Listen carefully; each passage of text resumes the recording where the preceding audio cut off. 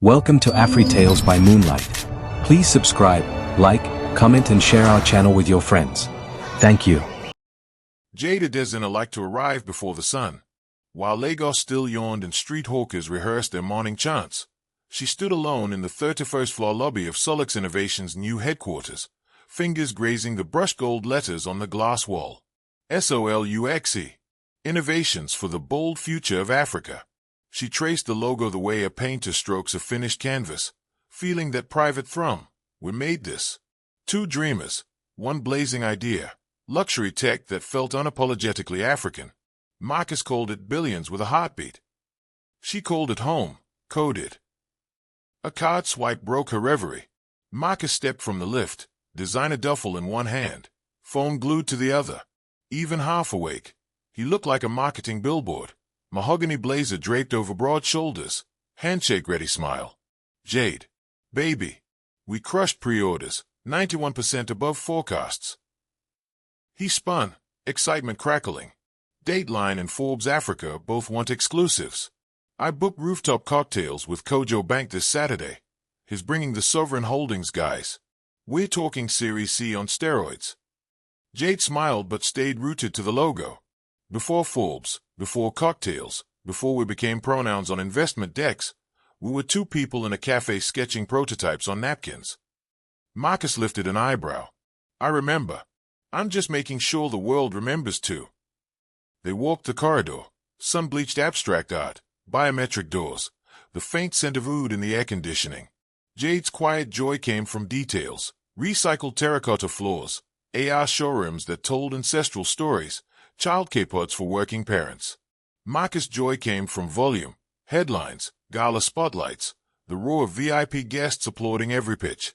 Opposites, yes, but together they shimmered like binary stars, each amplifying the other's glow. Jade entered the design lab. 20 engineers waved. She returned every greeting by name. On her screen glowed a 3D model of the Asher-1 smart cuff, tactile gold filigree fused with graphene mesh, whispers of folklore woven into eye-driven biometrics. It was her proudest child, tech that looked like royalty. Morning, Chief Creative, called Sanjana, Head of UX. Marcus already leaked the numbers. Congrats. Jade laughed. Leave it to him. Let's make sure the launch firmware is as flawless as his press quotes. She synced into work, calibrating haptic pulses, refining Yoruba-inspired pattern mapping, translating userflow notes in 3 languages. Hours blurred. By lunchtime, the upper floors buzzed about a big partnership reveal on floor 33. Jade wasn't looped in. That was odd. But Marcus sometimes pulled last-minute PR stunts. She texted, "Need me in 33. No reply. At 2 p.m. she finally stepped into the Sky Garden where top execs gathered. Marcus stood center stage beside a woman Jade scarcely knew. Gideon Okafor, a rising strategist recently poached from a Ghanaian competitor. Gideon's Kentrum blazer flashed under the skylight. Marcus tapped the MIC family. Meet Solix's new vice president of creative growth. Applause thundered, yet Jade's chest tightened. Vice president of creative growth. That was her domain. She scanned the deck on the holoscreen. Created by Gideon Okafor, VP Creative Growth. Jade's name. Absent. Marcus noticed her in the crowd and shot an encouraging nod. We'll talk later. Before turning back to Gideon, glowing pride in his eyes. Cameras clicked. Jade's heart ticked louder than the shutters. Afterwards she cornered him in a glass corridor overlooking the lagoon. Marcus, VP of Creative Growth. That overlaps my division. He rubbed his temples. It's growth, Jade. Expansion. Gideon specializes in brand virality. You do the artisanal design magic. She handles mass market ignition. Then why wasn't I told? I tried calling last night. You were buried in CAD files. He sighed. Look, we need to scale fast. Investors smell unicorn numbers. I need you to trust me. She stared at the shimmering water fire below. Trust. She once trusted him with her grandmother's heirloom ring to prototype the cuff clasp. But this felt different. She nodded slowly, not believing her own head. That evening, she rode home in silence while Marcus fielded reporters.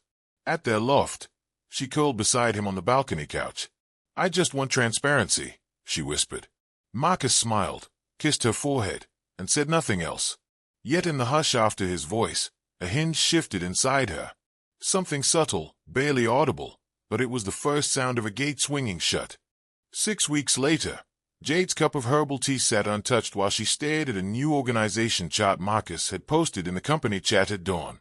Her title, Chief Creative Officer, was still there, but every marketing, design, and research role now reported by dotted line to Gideon Okafor, Senior Partner, a rank above Vice President.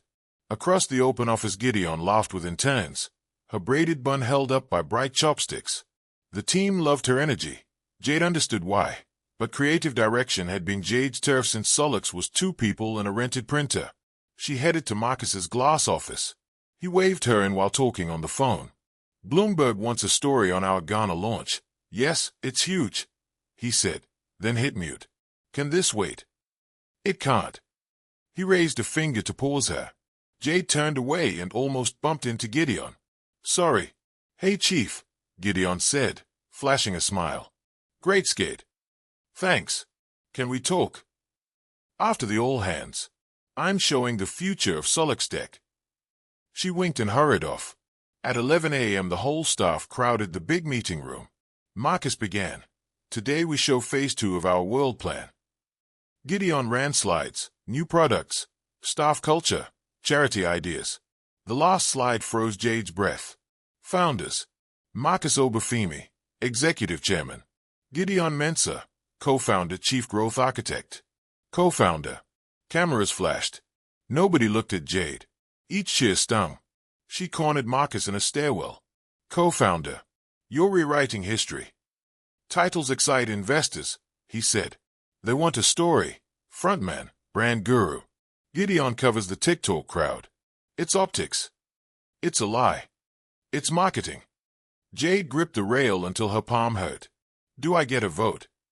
His phone rang. He took the call and walked off. That night Jade scrolled the new Solix website. The founders' page showed only Marcus and Gideon. Her own story sat below in a ribbon labeled Early Team. Tears blurred the screen. She saved screenshots in a folder named Receipts. Morning storms rolled in. Jade arrived early, but IT had pulled her admin rights. "Marcus's orders," Toby whispered. "All designs go through the new chain." Jade thanked him, closed her office door, and recorded a voice memo. Time, details, feelings, evidence. Over lunch Marcus streamed live from Cape Town's Innovation Summit with Gideon beside him, bragging about Solix's original duo. Jade muted the feed and texted him. "We need to talk." Read. No reply. That evening she dug into shareholder papers. Round after round of funding had cut her stake to 9.4%. Marcus held notes he could convert. Gideon now owned special voting shares. But Jade spotted a rule. Anyone who gained 41% could call for a leadership vote. Interesting. She opened a new spreadsheet. Isenra Ventures plan. Days blurred. Gideon led retreat after retreat. Jade, now shut out, studied the numbers. Suppliers unpaid. Research budgets raided for influencer parties. Marcus posted yacht photos tagged "Work beats talent when talent chills." One midnight in their kitchen, Jade faced him. "I built this company. You wiping me out?" He sighed. "I grow the brand. You craft the product. I scale. So craft is trash." "Not trash, just not headline news." "You swore would stay equal." "Jade, that was before we hit 9-figure value. Things change." She stepped back like he'd slapped her. "So does loyalty." She left him standing in fridge light. Next morning she packed a single tote, pocketed her grandmother's ring, and walked out. No memo, no goodbye. At the airport she bought a one-way ticket to Accra under a new name, Eden Oriola. Eden stepped from Kotoka International Airport into a harmonic blur of tout calls, palm tree silhouettes, and coastal humidity that smelled faintly of cocoa husks. With a single carry-on and the alias stamped in her new freelance consultant visa, she felt 80 kilos lighter, though the weight on her chest still throbbed. Her rideshare driver, Kwame, lasted classic high life and asked where Madam Eden hailed from. "Here and there," she answered with a smile. "Mostly in sketches and stories." He laughed, missing the code in her words, and navigated to Jamestown's Arts District. They passed murals of Sankofa birds, fishing boats bobbing like painted toys, children drumming plastic buckets in syncopated joy. Eden rolled the window down, letting bold color and sea-salted wind stitch themselves into her senses. I'll start here, she thought. New smells, new brushstrokes. The loft she'd rented online perched above AFRITALES Ceramics, a Kilwam studio owned by Auntie Ifiwa, a plump, no-nonsense woman whose hands were powdered with clay dust and grandmotherly miracles. Airbnb pictures don't tell full stories, Ifiwa warned, unlocking the wrought iron gate. But stories, like pots, become richer in the fire. Inside, the loft was airy, its roof beams low, windows latticed with wooden slats that made the sunlight stripe like tiger fur across the floor. Eden placed her bag on a bamboo bench and exhaled. It wasn't Solok's panoramic glass palace, but it felt real, honest in its rough edges. That first evening she trekked barefoot on the cool cement floor, arranging her few possessions as though they were artifacts. Her grandmother's carved ebony ring, a yellow BIC pen, and a fresh moleskin notebook she titled Quiet Rebellion. Outside, Ify was wheel spun, and the rhythmic thump of clay mirrored the beat of Eden's heart. Rain began to whisper on tin roofs, Accra humming her a lullaby. The next morning, Eden tied her hair beneath a patterned scarf and descended to AFRITALES Ceramics for tea. Ify poured steaming hibiscus into enamel mugs, her wrists clinking with brass bangles. "You're the brand consultant?" Ify asked. "Trying to be. It's been a while." Ify studied her face the way a potter tests wet clay, pressing gently to know its truth. "Clay remembers the hands that shape it," she said at last, "but tomorrow's vase still decides what flower it will hold." Eden tucked that proverb into her chest. Later, seated at a rickety cafe desk with her laptop, she joined an anonymous gig marketplace under the handle Wildthread. Within hours she landed a micro-contract, help a small Accra kombucha company, Zobofizz, refine its identity ahead of a farmer's market launch. Zoom call, 4 p.m. Zobofizz founder Tima popped on screen, a dread-top chemist in a lab coat. "Tima, if you can make fermentation sexy, you're hired." Eden, smiling. Fermentation is nature's DJ. It remixes ordinary fruit into fizzy Afrobeats. "Tima, say less." "Wildthread, let's spin." They brainstormed flow-through packaging that looked like Adinkra stamps and pop culture puns. Less soda, more Jollofiz. Eden's copy hit Twitter the next day, retweets snowballed, and by Saturday Zobofizz sold out at the market, with vendor neighbors chanting the tagline. Tima wired triple payment and DM'd, "Who are you?" Eden ignored the question. She wasn't ready for real names. But Accra's startup Grapevine found her. Within weeks she juggled 4 branding gigs, a digital payment NGO, a minimalist sneaker label for diasporans, a gender-inclusive Afro-anime studio. Eden listened, coaxed visions, wrote manifesto-level copy, and disappeared. Each time, founders swore they'd never seen strategy work that felt so alive. At night she scribbled in Quiet Rebellion, "I'm learning to design silence into symphonies. Solok's taught me to shout, Accra teaches me to hum." One dawn Ify climbed the loft ladder holding a clay bowl still warm from the kill. Inside lay banku and grilled tilapia. "You forget to eat," she scolded. "Creativity needs carbohydrates." Eden thanked her and confessed, "I used to build something big. I lost it." Ify spooned stew onto her plate. "Lose, or leave to make space for the next pot." She tapped the bowl. "This started as mud, Eden. Now it waits to feed mouths. Sometimes the fire feels cruel, but it seals the purpose." Tears blurred Eden's meal. She had left to save her soul, true, yet part of her still crouched in Solok's corridors, hearing applause for someone else's crown. Ify covered Eden's trembling hand. "Heal first, then mold again."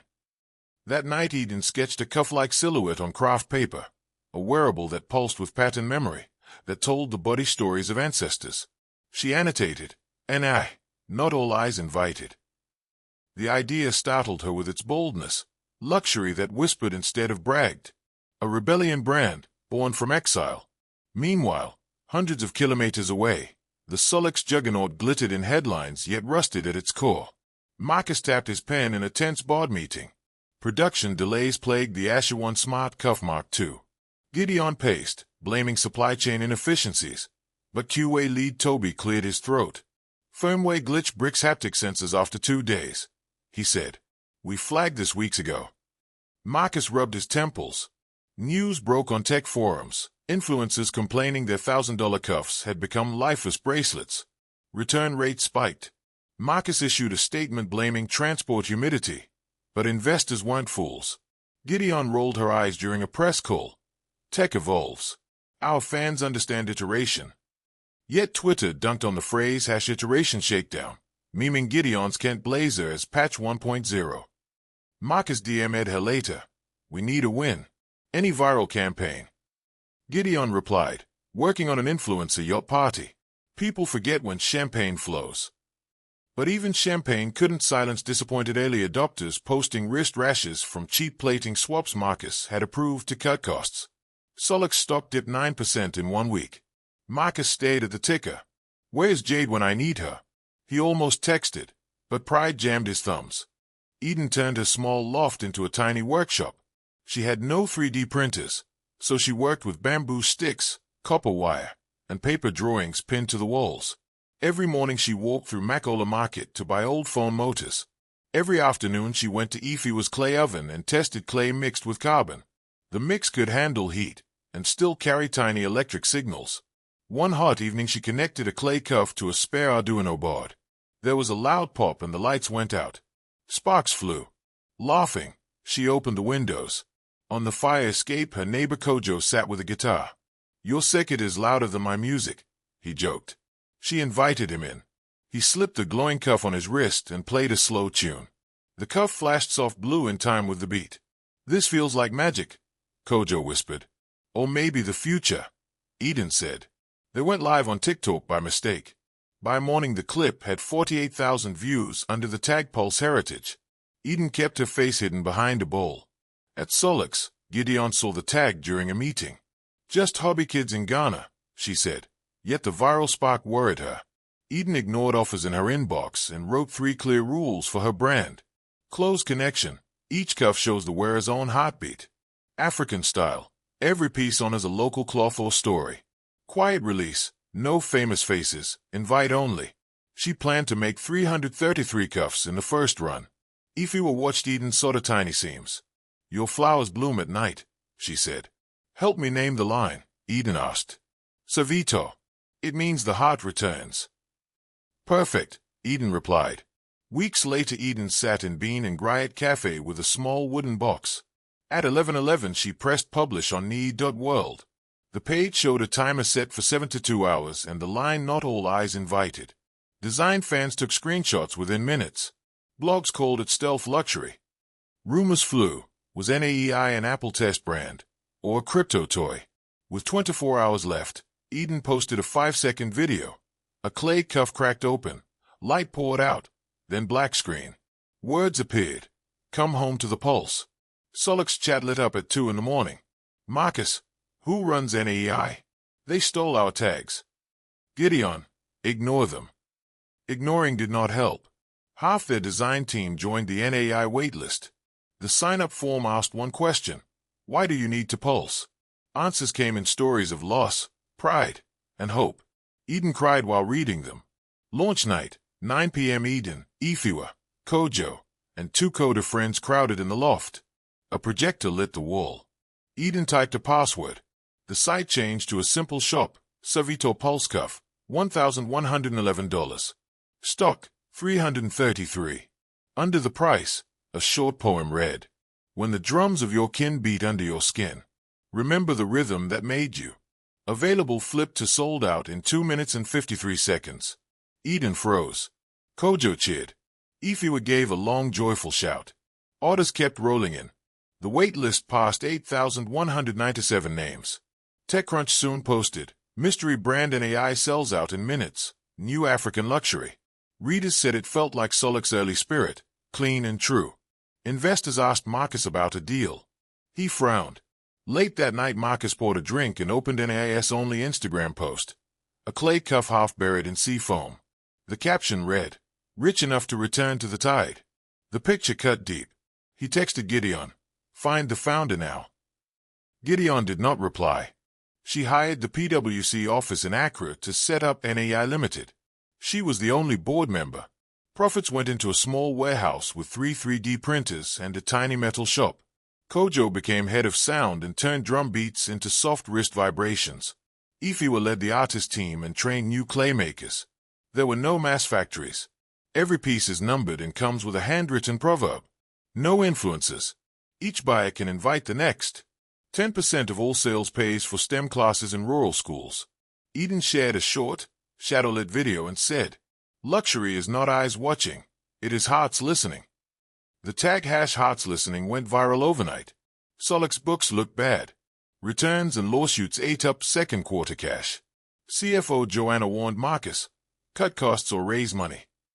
Leaks hit the press. Writers praised NAEI's quiet rise and mocked Solek's loud stumbles. Marcus pushed Gideon to strike back.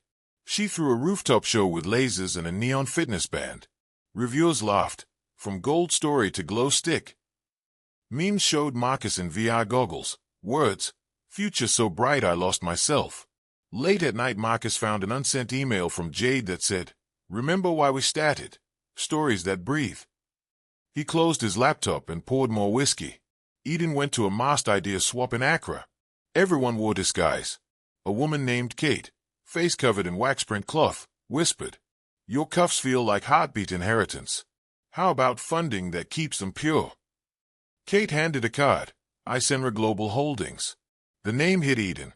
Isenra is Yoruba for inner strength, a word Jade once loved. Eden checked. Isenra was a fund led by West African women who back honest tech. She wrote, "I'm Eden Oriola, founder of NAEI. I seek quiet capital for 39% non-voting shares. I need advice and reach." 1 week later, Isenra sent $32 million. Eden bought key patents, grew the artist program, and, most of all, started buying small stakes in weak rivals. One target, Solek's Innovations. She watched Isenra's traders scoop up Solek shares at low prices. Each percent felt like taking back a piece of her past. At the next Solek's board call, Joanna, a new offshore fund now owns 17% of us. Marcus, hostile. Gideon, they'll want quick profit. Let's double down on influencer fitness. Toby, the QA lead. Or we just fix our tech. Marcus shouted, then had Toby removed. Staff morale sank again. That night Marcus scrolled NAEI's second drop, the Cora note locket. The pendant saved a 30-second voice clip you could hear through bone. Owners shared lullabies, proposals, prayers. Top tweet, NAI sells stories. Solek sells slogans. Marcus tried Jade's old number and left a message. "If you still use this SIM, please call." Jade heard it on a spare phone, but the night wind told her, "Not yet." On the first anniversary of her move to Accra, Eden gathered Ifiwa, Kojo, Kate, and the team. They toasted hibiscus drinks. Eden showed a plaque. "When silence blooms, the loud remember why they once sang." NAI founding line. Kate asked, "Ready to show your face?" Eden touched her grandmother's ring. "Soon. First I take back the story." She opened a spreadsheet. Isenra stake in Solek's, 24.8% and rising. Eden smiled. Almost time. Marcus Obafemi kept 3 clocks on his wall, Lagos, London, and New York, because he believed markets ran on time zones like veins ran on blood. But lately all 3 hands pointed at hemorrhage.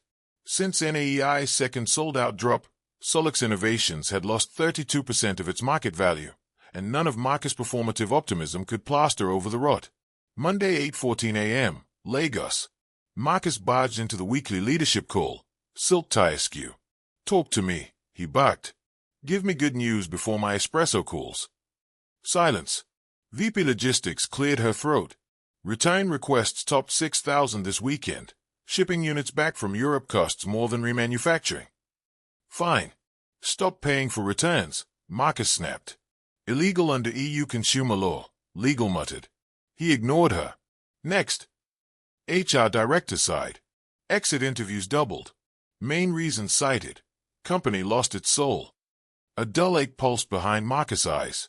He swiveled toward Gideon, patched in from her Dubai hotel suite. She wore gold headphones, a ring light glowing like a halo. "Gideon, talk synergy." She clicked a slide, neon graphics of a Solix-branded dance challenge. We launched the #glorious TikTok wave. Gen Z eats that up. Marcus forced a grin. That's the spark we need. Yet in the chat thread, senior engineers posted frowny emojis. The CFO messaged privately. Dance challenges won't fix defect rates. Marcus slammed the laptop shut and stormed to the balcony overlooking the lagoon. Megacity horns wailed like restless ghosts. How had paradise curdled so fast? On the other side of the continent, Eden scrolled the same headlines with dispassionate eyes. She sat inside NAI's new research atelier, a former cocoa warehouse with skylights that painted sun motifs on weathered concrete. Around her hum-quiet purpose, ceramicists carving fractal lattices, software devs mapping pulse algorithms to DEMP signatures, Kojo testing bone conduction clips that let wearers hear lullaby reverb inside their skulls. Eden addressed the team in her soft but magnetized cadence. Solix is drowning because it sold noise. We sell meaning. Keep the craft intimate. Applause rustled like wind through Kent banners adorning the rafters. Kojo punched the A. Intimacy is the new loud. Yet Eden's mind wandered to the spreadsheet blinking on her tablet. Isemra Ventures Solix position, 38.9%. One more block trade and thresholds would tip. A shiver of inevitability coursed through her. Meanwhile, chaos metastasized in Solix HQ. Marcus greenlit Gideon's #glorious challenge. Within 24 hours, TikTokers mocked cheap LEDs that failed mid-dance. A viral duet featured a teen calling Solix Wish.com but with a fancier logo. The comment racked up 2 million likes. Market analysts tweeted that Solix might pull the WiWeg. Marcus convened an emergency town hall in the amphitheater. Staff eyed him with wary skepticism. We are still the future of African luxury, he declared. Setbacks are setups for comebacks. Gideon flashed fingerguns. A few interns clapped. Senior designers stared stone-faced. Toby, rehired as a consultant after defections left QA gutted, stood and asked, "What's our plan beyond hashtags?" Marcus' jaw tightened. Continuous improvement. Toby pushed, "We bled talent, alienated users, and replaced authenticity with gimmicks. No improvement plan can survive without soul. Where will we find that now?" The auditorium fell into prickling silence. Marcus gripped the lectern so hard his knuckles whitened. Meeting adjourned. In the corridor, Gideon hissed, "You let that engineer humiliate you." Marcus glared. "Don't lecture me. Fix the optics." But optics could not rescue malfunctioning hardware or burned bridges. Late at night, Marcus returned to an empty penthouse he once shared with Jade. Their wedding photo still crowned the piano, him dipping her under fairy lights, her eyes laughing. He had left it there to signal stability, yet now the picture felt accusatory. Whiskey blurred edges but sharpened regret. He opened a dusty Dropbox folder labeled napkin_sketches_2017. There, Jade's pen strokes birthed the Asher 1 cuff, annotated with notes like gold knows old stories and design must feel like lullabies. Marcus exhaled a long breath that tasted of rusted dreams. His phone buzzed, Gideon texting from an influencer afterparty. Bored. These kids prefer NAEI's minimalist vibe. We need hush-hush collab with them. Marcus scoffed but typed, "Find their founder. Money talks." Yet each attempt to trace NAI circuited back to privacy shells and rumor. Some blogs speculated Jade's involvement, citing stylistic echoes. Marcus' pulse skipped. Was she the ghost hacking his empire? The thought both angered and awed him. Days later, CFO Joanna burst into Marcus' office. "We crossed 41%, she said, eyes wide. Isemra Ventures now holds controlling interest in Solix." Marcus choked.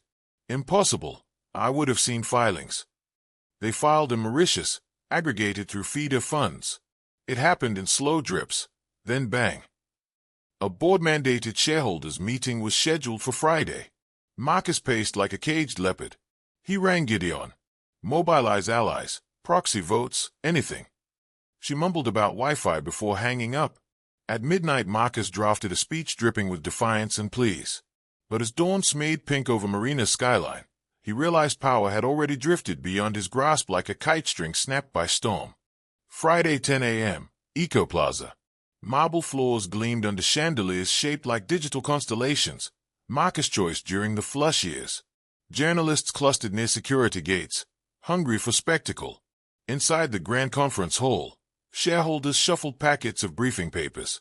A hush swept as Marcus strode to the podium, navy suit immaculate, but hair grayer at the temples. "Ladies and gentlemen," he began, voice steady by force, "Solix Innovation stands at a pivot. Challenges test us, yes, but—" The rear doors opened. Heads craned. Through a corridor of astonished whispers walked a woman in an obsidian black suit, collarbone shimmering with a single gold pin shaped like a Sankofa bird in flight. Her stride was measured, gaze calm, presence seismic. Jade. No, Eden Oriola, legally. But to Marcus, the universe spelled her name in neon. She approached the front row where I sent her delegate Saturday. Kate the VC, now unmasked, rose and offered Eden her seat beside the council. The room rippled with recognition. Camera flashes pulsed like distant lightning. Marcus' mouth went dry. Jade. Eden inclined her head but did not smile. The chair of the meeting, an elderly Ghanaian statesman, tapped the mic. We proceed to Agenda Item 2, Announcement of Majority Shareholder. Murmurs built. The statesman continued. Isenra Ventures, represented today by Ms. Eden Oriola, now holds 41.6% of Solix voting shares. Gasps. Marcus stammered. "Ms. Oriola. She's." The chair raised a palm. "The floor recognizes Ms. Oriola." Eden stood. Her voice, smooth clay over steel, rolled through the hall. "Members of the board, fellow shareholders, Team Solix. Many of you know me as Jada Dezina, co-founder and former chief creative officer. Some, regrettably, forget that history. But I did not return for applause. I returned for stewardship." She clicked a remote. Screens displayed side-by-side images, Solix's initial manifesto signed by Jade and Marcus, and the current website credit erasing her name. Gasps turned into low outrage. "I left when vision lost its compass," Eden said. "Yet the brand we birthed, our promise to craft technology rooted in heritage, still matters. I'm here to revive that promise." Marcus found his voice. "You can't just waltz back and hijack." "I didn't hijack," Eden replied, serene. "I bought. Transparently. Through open markets you once praised as meritocratic." Laughter peppered the audience. Gideon, dialed in via hologram, shrilled, "This is hostile. Investors will flee." Eden met the hologram's gaze. "Investors already fled your neon gimmicks. They are ready for integrity." The chair cleared his throat. "Ms. Oriola's shares grant authority to propose leadership changes." Eden nodded. "Effective immediately, I motion for the removal of Mr. Marcus Obafemi as Executive Chairman and Ms. Gideon Mensah as Chief Growth Architect. I further motion to appoint an interim stewardship council comprising cross-department employees and external ethical tech advisors until elections are held." Hands shot up. Proxy ballots distributed. The vote tally was swift, 63% ayes. Marcus' shoulders sagged. Cameras zoomed on his stunned face. Gideon's hologram flickered, then vanished. Connection lost. Security approached. Eden raised a palm. "Escort them with dignity. We part ways in professionalism, if not friendship." Guards nodded. Marcus stepped down from the podium, eyes glassy, approaching Eden. "Jade, please. Talk to me." For a heartbeat, memories streaked, ramen nights, prototype laughter, whispered vows. Eden's eyes shimmered but remained resolute. "I will honor what we built," she said. "But I can't carry what you broke." She turned. Marcus' hand suspended midair, then dropped. Press frenzy erupted outside. Eden faced microphones once, brief statement. "This transition isn't about revenge. It's about realigning with purpose. Solix and NAI will collaborate, not compete, to craft technology that remembers where it comes from. No questions." She stepped into a waiting electric sedan. Windows privacy tinted. Inside sat Kate and Kojo. Kojo exhaled. "Sis, you just staged the quietest coup in Nigerian tech history." Eden allowed a small smile. "Not a coup, a reclamation." Kate raised a tablet displaying global headlines. Jada Dezina reclaims Solix, from erasure to executive power. Luxury tech's queen of quiet returns. "Media loves redemption arcs," Kate mused. Eden closed the tablet. "Let them. I'm focused on restoration arcs." She looked at Kojo. We have teams to heal, products to fix, and stories to rewrite. The sedan pulled onto the expressway, city skyline trailing like smudged charcoal behind tinted glass. That night, in Solik's vacant penthouse office, cleaners found Marcus staring at the city. He held a cardboard box containing personal items, a lava lamp prototype, the Forbes cover naming him Mr. Vision, and a note Jade once taped to his monitor. Remember, loud isn't proud if it forgets the heart. For the first time in 5 years, Marcus sobbed without restraint. At the opposite end of the tower, Eden walked the design lab. Dust motes floated through moonlit beams. She placed her grandmother's ebony ring on the central work table, territory restored. She whispered to the deck, "We begin again," softly. Lights flickered on as returning employees filed in, invited by after-hour Slack ping. If you still believe in stories that breathe, meet me on 31. Faces lit by hope, not fluorescent bulbs, gathered around her. Eden raised the ring like a torch. Let's build a legacy, not a comeback. They cheered, not loud, but deep, like a thawing after long silence. Monday after the takeover, dawn seeped blush pink across Lagos Lagoon as Eden unlocked Solik's 31st floor design lab. She walked alone through still dark hallways, each footstep echoing like a heartbeat rediscovering rhythm. The motion-sensing lights had been dimmed for energy savings, no more showy brightness at 3 a.m. The hush felt reverent. Inside the lab, 50 employees, designers, QA engineers, marketing analysts, stood in a semicircle awaiting her. Some were new hires, others had quit months ago and returned overnight at her invitation, still wearing traveling clothes and bleary-eyed hope. Eden surveyed the group, then placed her grandmother's ebony ring in the center of the table. "This," she said softly, "was carved by a man who believed we could remember the forest. He never signed his work. He said the tree's rings carried the signature. Solik's will work that way from now on. Products must remember their roots so loudly we don't have to shout about them." She paused. No PowerPoint, no hype music, only the steady breath of people leaning in. "Here's the rebuild charter," she continued. "Phase 1, repair, apologize, listen. We fixed the Asher 2 firmware, recall the cheap plating, refund every customer unconditionally. Phase 2, merge with meaning. We will fold NAEI small batch craft into Solik's scale, but scale will honor craft. Phase 3, give back the pulse. 10% of net goes to the Rural STEM initiative immediately, not once we're profitable again." Questions? Toby, now reinstated as head of integrity engineering, raised a hand. "How do we finance refunds before revenue recovers?" Eden smiled. "Isenra extended a bridge line. I also liquidated my personal meta stock. No shade, just priorities. Integrity is our first spend." The room erupted in applause, not thunderous but earnest. 3 floors down, Marcus sat in a glass conference room labeled Exit Protocol. HR Director Ada conducted his termination interview. Boxes of his belongings sat neatly stacked, novelty cufflinks, a gold-foiled vision board, the lava lamp prototype. Marcus stared through the glass at corridors he'd once patrolled like a monarch. Now he was a tourist on a layover he hadn't booked. Ada slid paperwork forward.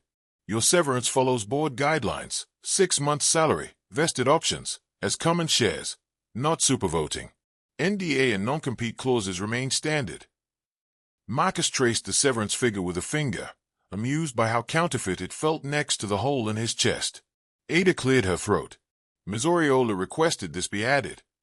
She handed him a simple envelope. Inside lay a Polaroid from 2018, the first Asher 1 prototype clasped around Jade's wrist.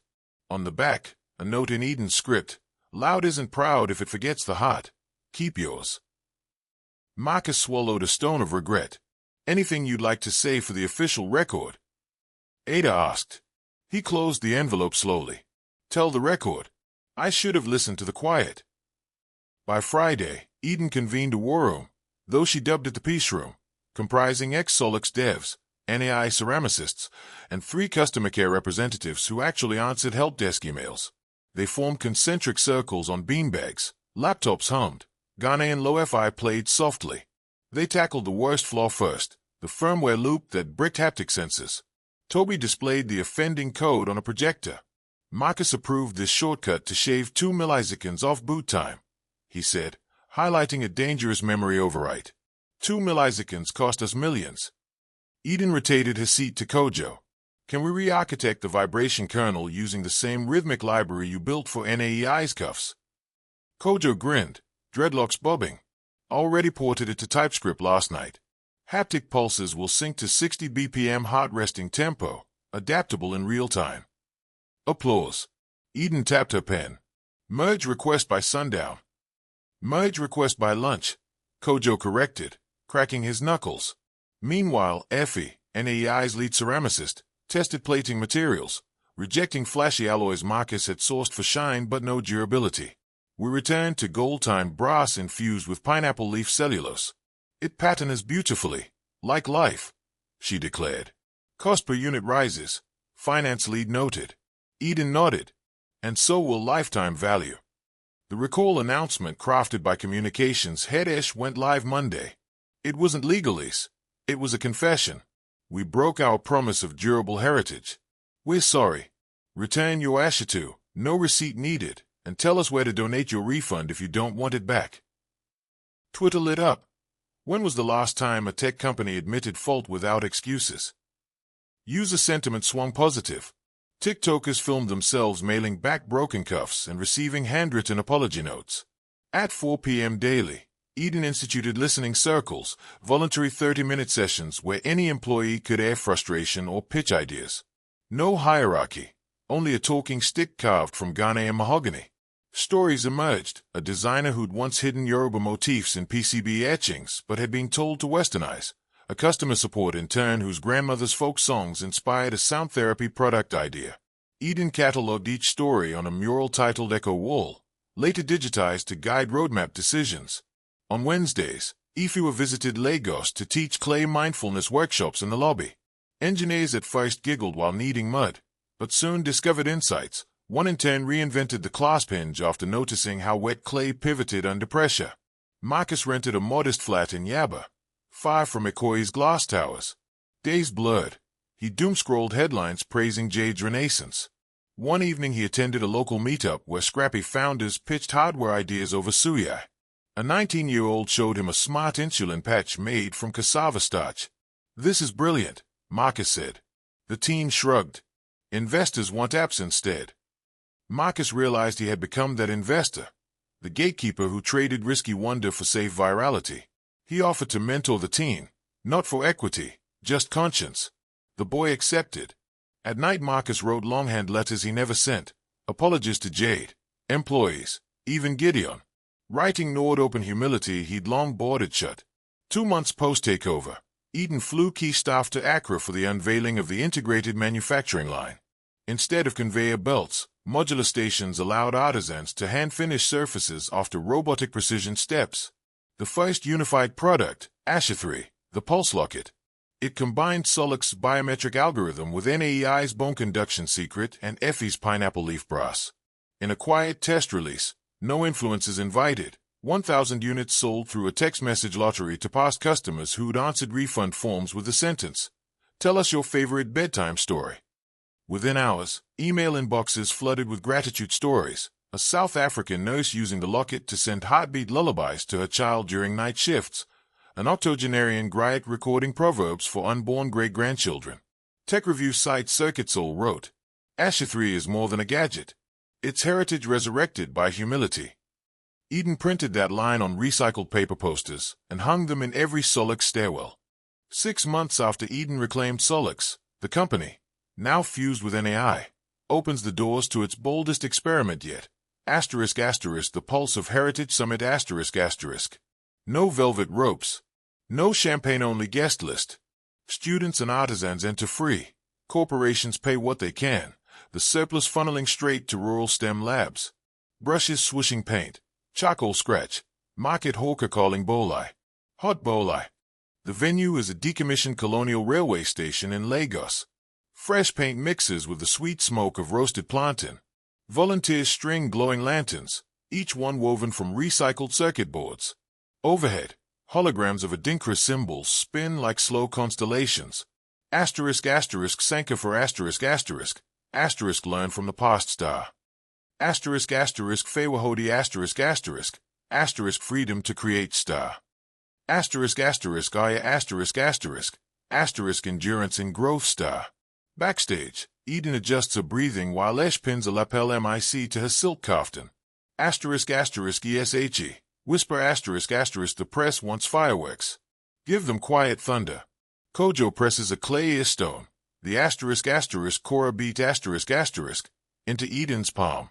Asterisk asterisk Kojo asterisk asterisk proof that silence can dance. Asterisk asterisk Eden. Soft laugh asterisk asterisk then let the dance begin.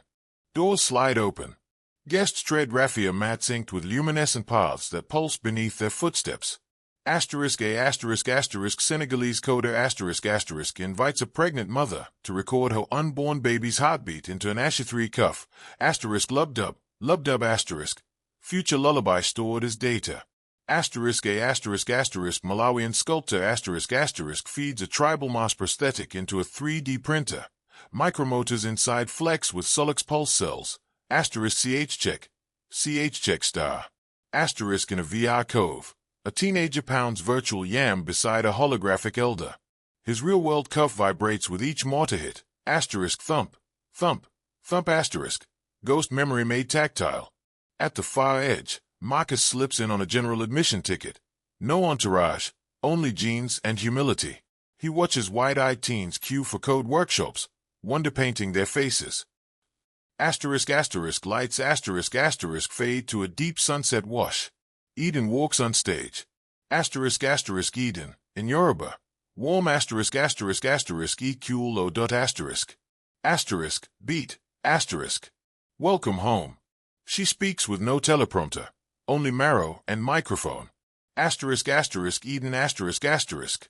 I once believed scale and soul were rivals. I was wrong. Scale can carry soul, if it moves at the speed of respect. Tonight isn't about a product. Tonight we sit around the oldest campfire, technology, and we choose our stories.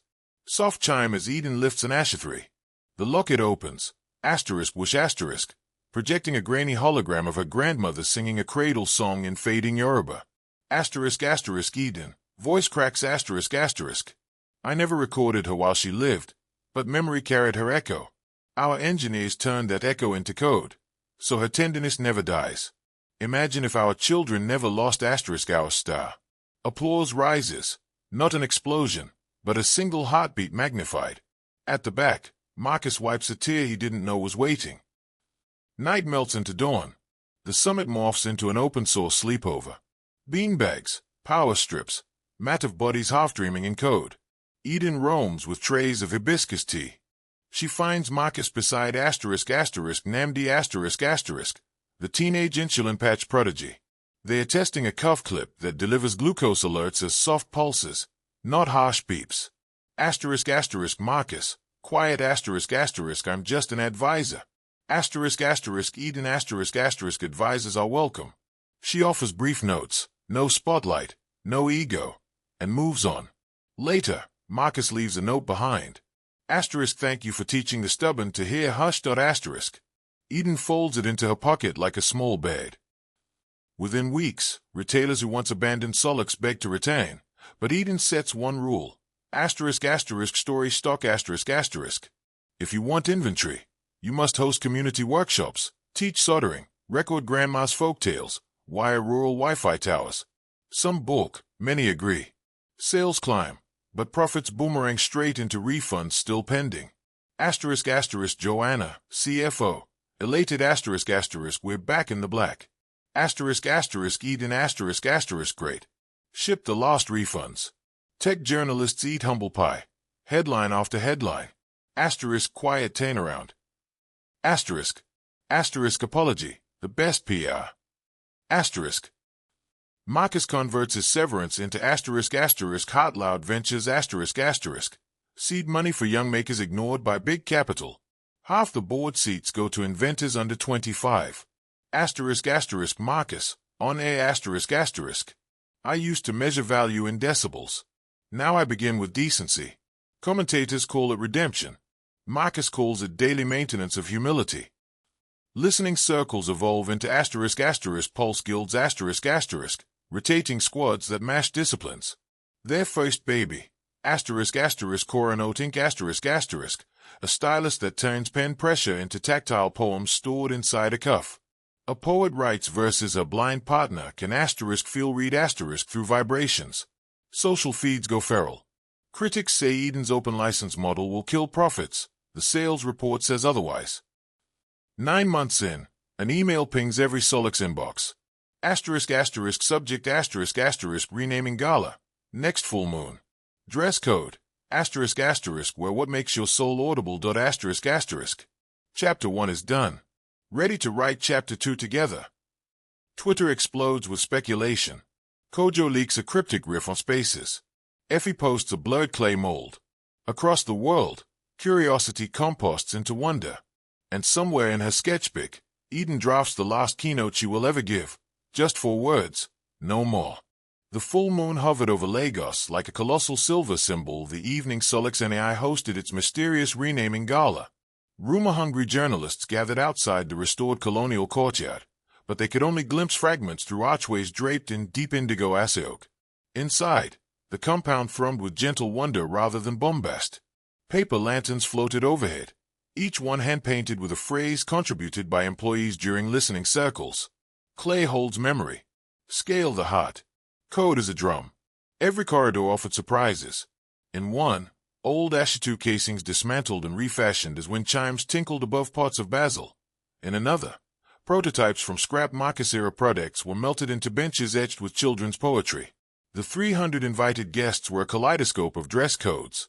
Engineers in Ankara hoodies, investors sporting egbadas sewn from circuit board print silk, potters wearing aprons splashed with cobalt glaze.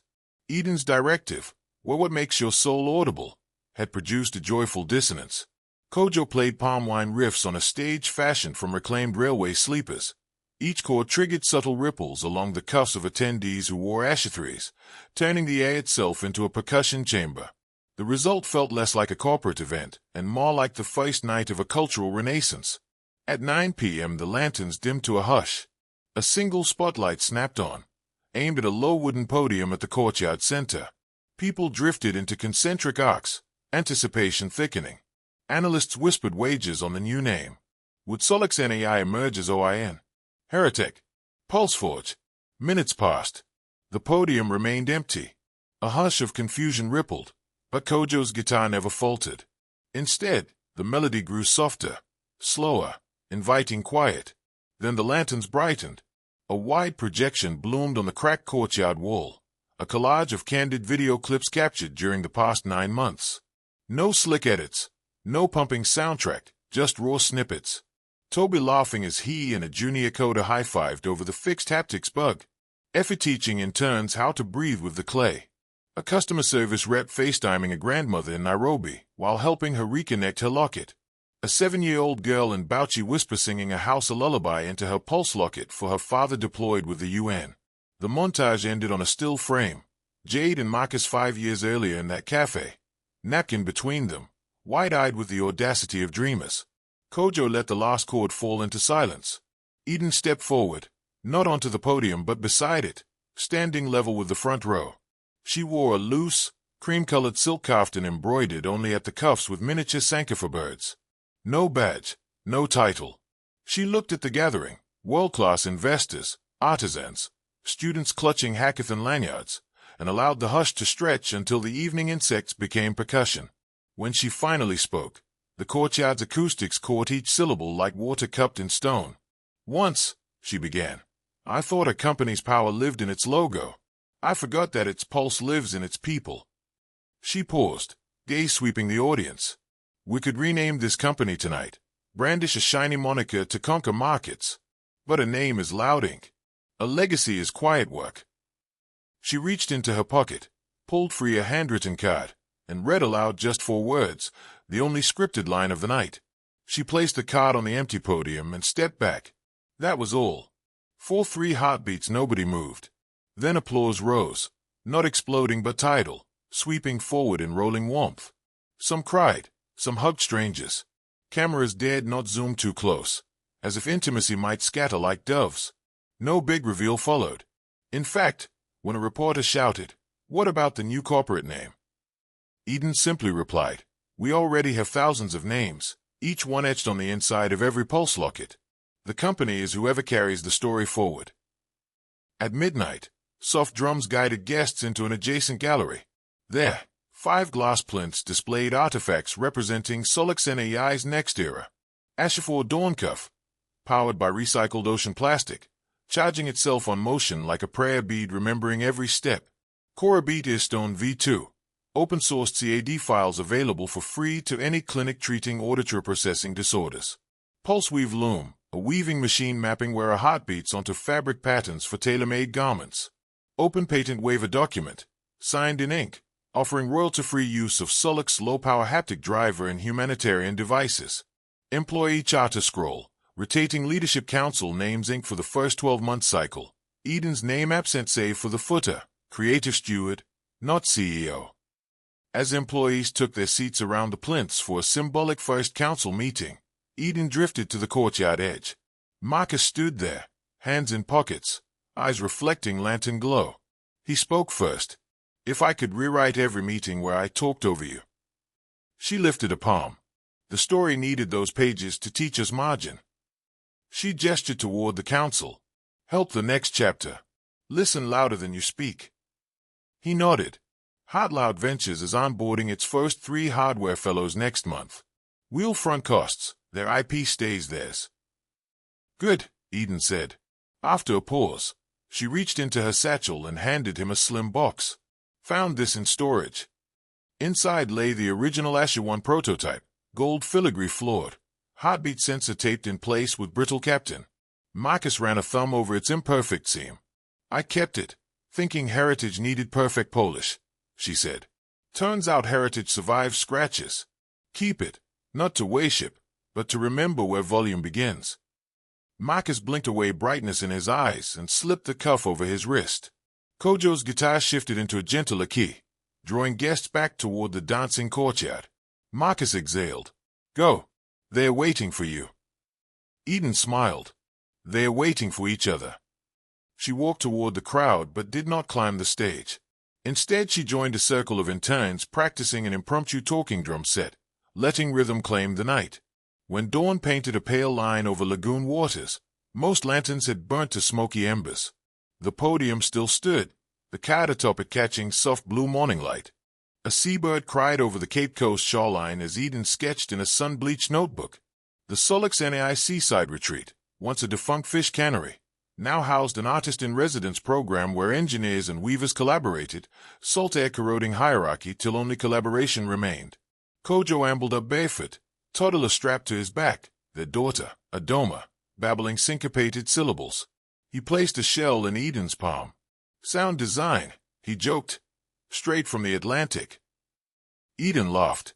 She looked inland, where a brand-new training center, funded by HeartLoud Ventures, toured village teenagers circuit designed beside seaweed farming. Marcus visited monthly, notebook always bulging with sketches, voice noticeably softer. Inside the retreat workshop, Effie fired a low-temperature kill built from repurposed drone batteries. Nearby, 2 Ukrainian volunteers and a Nigerian college dropout coded firmware that let the Dawn Cuff detect early dehydration in fishermen, buzzing gently against the skin. Solix NAI never chose a single rebrand. Instead, every project left the studio with its own store name in a native language chosen by its design team. Reviewers called the ecosystem an archipelago of small, beating islands. On the wall above Eden's drafting table hung 3 items: her grandmother's ring, the open patent waiver, and the podium card, edges slightly curled by coastal humidity. Visitors often asked why she didn't frame the card behind glass. Stories should breathe, she replied. Glass makes them museum pieces. That afternoon she and Kojo hiked to the promontory where an old lighthouse stood. They attached a Korabit stone to the metal railing. When vibrating, the structure transformed into faint, harmonious chords audible only through the bone conduction chip, an endless duet between architecture and air. As sunset ignited the sky, Eden closed her eyes. In the faint hum she heard the distant echo of boardrooms and betrayals, but also the drumbeat of listening circles, the hush of recall letters signed in honest ink, the laughter of children holding soldering irons for the first time. The echoes blended into one long breath, no beginning, no end, rising, falling, steady as a pulse. It belonged to no company, no logo. It belonged to everyone still willing to build quietly, risk an apology, or trust that clay can indeed remember the forest. Eden inhaled, smiled, and whispered to the tide. Still writing. The ocean answered in hushes, soft and sure, carrying the story farther than any shout ever could. Please don't forget to subscribe, like, comment your thoughts and share. See you in the next story. AFRITALES by Moonlight.